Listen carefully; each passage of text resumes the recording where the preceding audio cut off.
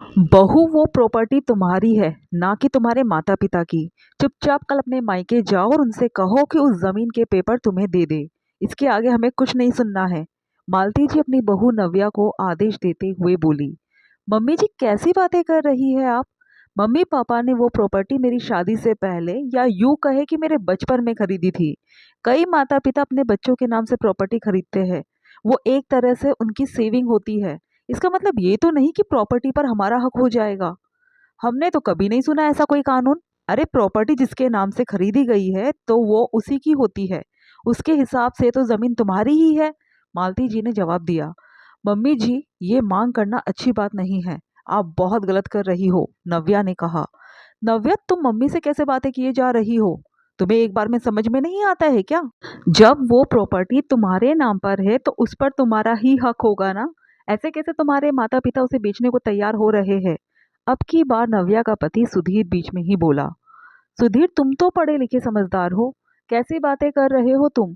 मैं अपने mummy papa से जाकर कैसे कह दूं कि मुझे जमीन के पेपर दे दो, जबकि उसे खरीदने में तो मेरा कोई भी योगदान नहीं था। नव्या ने कहा। हम तुमसे कोई गलत चीज लाने की बात नहीं कर रहे हैं। हम तुमसे वही चीज लाने के लिए कह रहे हैं जो तुम्हारी अपनी है। और तुम्हारी प्रॉपर्टी को बेचकर वो पैसा वो लोग इस्तेमाल करना चाह रहे हैं। ये तो गलत है ना। कैसे माता पिता है तुम्हारे, बेटी का पैसा खाना चाहते हैं। नव्या अगर तुमसे नहीं बोलते बनता तो कल मैं खुद चलूंगा तुम्हारे साथ। मैं ही कल तुम्हारे मम्मी पापा से बात कर लूंगा। बस बात यही खत्म करो। सुधीर ने यह कहकर बात को वही खत्म कर दिया। और दोनों माँ बेटे उठकर अपने अपने कमरे में आ गए। नव्या वही हॉल में सोफे पर बैठ गई। उसे समझ ही नहीं आ रहा था कि कैसे अपने ससुराल वालों को समझाए। नव्या की 4 साल पहले सुधीर से शादी हुई थी। घर में सासू माँ मालती जी, पति सुधीर और उसकी एक छोटी बहन नेहा थी, जिसकी अभी पिछले साल ही शादी की थी। और साथ ही उनकी एक 3 साल की बेटी प्रियांशी थी। सब कुछ सही चल रहा था, कोई परेशानी नहीं थी।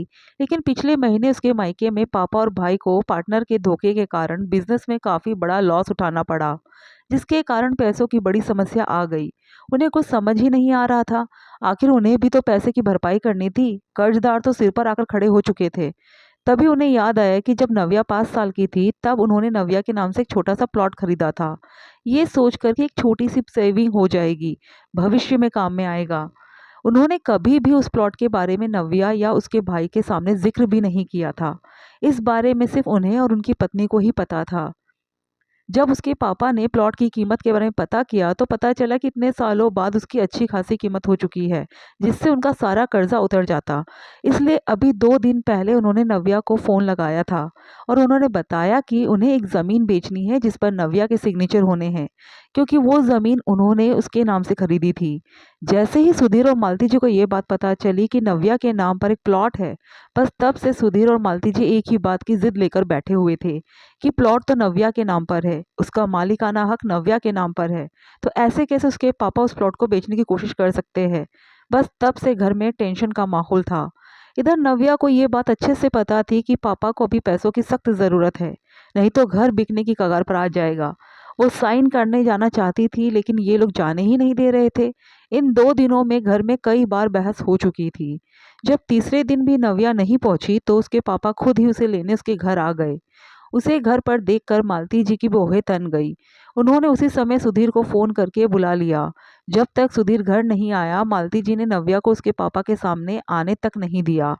जब सुधीर घर आ गया तो उसे देखते ही नव्या के पापा ने पूछा, दामाद जी क्या बात है, नव्या से क्यों नहीं मिलने दिया जा रहा मुझे। ताकि आप उसे बहला फुसलाकर साइन ना करवा लो, मालती जी ने कहा। सुनकर उसके पापा हैरानी से देखने लगे। तब सुधीर ने कहा, पापा जी आपको शर्म नहीं आती, अपनी बेटी के हक को मारते हुए। अरे जो जमीन आपने अपनी बेटी के नाम से खरीदी है, आप उसे बेच कैसे सकते हो। आप पर कर्जा हुआ है तो वो आपकी गलती से हुआ है। इतना क्या विश्वास करना अपने पार्टनर पर। लेकिन इसका मतलब ये नहीं कि अपने कर्जे को चुकाने के लिए आप अपनी बेटी की संपत्ति बेच दो। उस पर सिर्फ और सिर्फ हमारा हक है। सुधीर की बातें सुनते ही पापा समझ गए कि आखिर बात क्या है। तब उन्होंने कहा, बेटा वो जमीन मैंने सिर्फ बचत के तौर पर खरीदी थी कि कल को अगर भविष्य में जरूरत पड़ी तो उसे बेचकर काम में ले लेंगे। भला उस पर आपका हक कैसे हुआ। और ये बात जो आप कह रहे हो ये बात आप मुझसे नव्या से कहलवा सकते हो। उससे क्या कहलवाना है। वो तो मायके के लाड़ प्यार में अंधी हो रही है। उसे अपना भला बुरा समझ में नहीं आता। साइन करने को तैयार हो रही है, लेकिन हमें भी तो सोच समझ कर फैसला लेना है। आखिर संपत्ति का सवाल है। मालती जी बीच में ही बोली। पर समधन जी, वो संपत्ति तो मेरी खरीदी हुई है, जो भी एक बचत के तौर पर खरीदी गई थी। ये फैसला तो मेरा होगा ना कि मुझे उसका क्या करना है। अरे वाह! बेटी की संपत्ति पर आप कैसे हक जमा सकते हो? वो संपत्ति तो आपकी बेटी की ही रहेगी, क्योंकि मालिकाना हक उसके पास है। कानून तो हम भी जानते हैं, मालती जी ने कहा। आप कानून जानती है, बहुत अच्छी बात है, लेकिन कानून की बारीकों को भी जानना जरूरी है। अगर माता पिता अपनी अविवाहित बेटी के नाम से प्लॉट खरीद रहे हैं और उसके बाद उसकी शादी हो जाती है, तो अगर पिता जीवित है तो वो उस प्लॉट को किसी को भी हस्तांतरित कर सकता है। ये पिता का हक है कि वो उस प्रॉपर्टी का क्या करता है। इस मामले में कोई कुछ नहीं कह सकता। ये भी एक कानून है, नव्या के पापा ने कहा। सुनकर मालती जी और सुधीर एक दूसरे की शक्ल देखने लगे, पर वो दोनों ही नव्या से साइन करवाने को तैयार नहीं थे। हम अपने वकील से बात करेंगे, फिर देखेंगे, सुधीर ने कहा। मुझे किसी वकील के पास नहीं जाना। मेरे पापा परेशान हैं, तुम्हें दिख नहीं रहा है? और रही बात उस प्रॉपर्टी की, ये तो चलो पापा ने कह दिया कि तुम्हें सिग्नेचर करने आना है। तुम्हारे नाम पर एक ज़मीन थी, अगर वो बिना बोले भी डिसीजन ले लेते तो तुम कुछ नहीं कर सकते थे। मैं साइन कर रही हूँ बस, नव्या ने कहा। बहू, तू हमारी मर्जी के खिलाफ जा रही है। मालती जी ने नव्या को डराने की कोशिश की, पर नव्या ने फिर भी साइन कर ही दिए। कुछ दिन तक वो लोग नव्या से बोले तक नहीं।